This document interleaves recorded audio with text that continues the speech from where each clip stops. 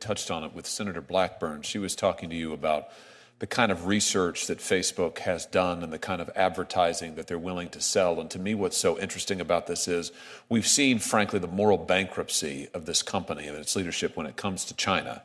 And we've seen them be willing to lie to Congress, lie to the American public. We've got the documents in black and white. We've seen them be willing to give away American user data. But they were also trying to find out a way to make a buck on Americans, teenagers, children in times of distress right here in the United States. And I just want to give you an opportunity to comment on this. Here's an internal Facebook chat where a Facebook policy director asks, is it really accurate that Facebook is doing research into young mothers and their emotional state? Is it your understanding that there's other research related to young mothers? Answer, yes. I looked at one list of research topics and saw one about young mothers and their emotional state. Coming down, the person says, I'm wondering about asking my apparently morally bankrupt colleagues if they are aware of any more.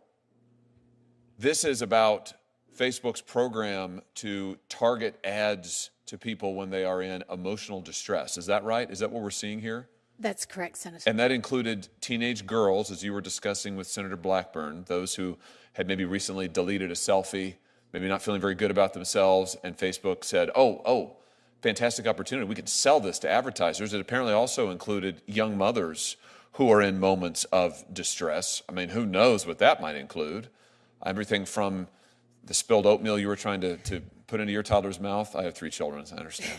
Or who knows what, much, much worse things. So Facebook is constantly looking for opportunities to sell to advertisers, to make a buck, even on their own users. And they're doing it by tracking their users all over the place, tracking their emotional state. I mean, have I got that accurate? You've got that accurate. And beyond that, it's things like things that often do concern teen girls, like body confidence.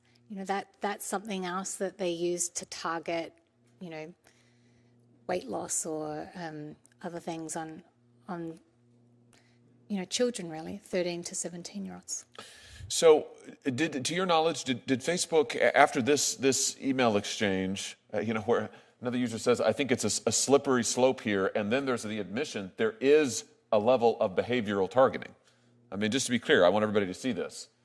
There is a level of behavioral targeting. I mean, these are Facebook executives. Again, this is a policy director in this chat acknowledging that this is what Facebook is doing. Did it stop? Did Facebook stop doing this? Not to my knowledge, Senator. Yeah, in fact, we know they didn't because other whistleblowers came forward to show that at Instagram, owned by Facebook, there was explicit targeting that goes on. There was explicit knowledge that the Instagram product was causing, in some cases, severe emotional distress, particularly to young girls. Facebook kept right on doing it anyway. Is that just because it made them a bunch of money? Senator, you know, as a mother of 3 children, it's very hard to say this, but yes, you know, one of the discussions I had with one of the business leaders was like, we just don't need to do this. Like, as a company, you know, Meta's now $1 trillion company. It is not short of money. It doesn't need to do this.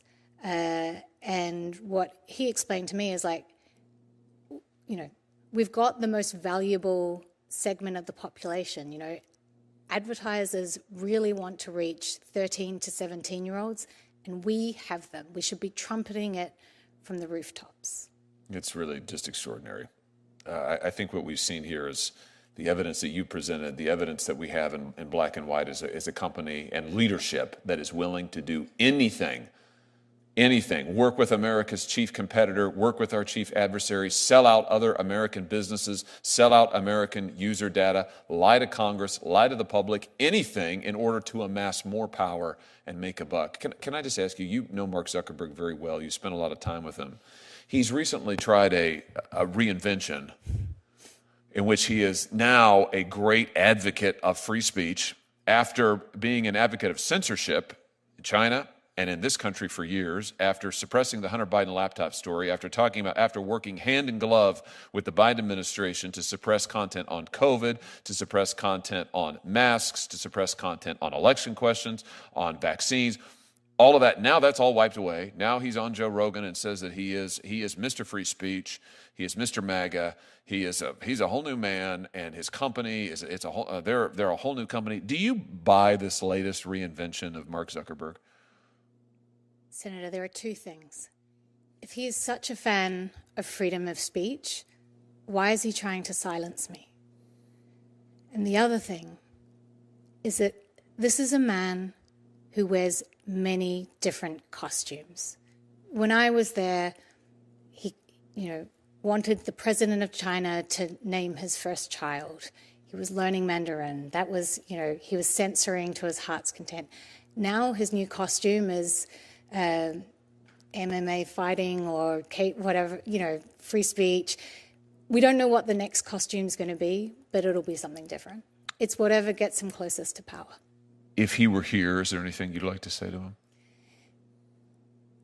Senator, I have a lot of questions for Mark Zuckerberg, but he has proven time and time again that you cannot believe his answers. He's lied to members of Congress, he's lied to his employees, and he's lied to Americans. And that's why I'm asking this committee to hold him accountable. Well, we're going to do that.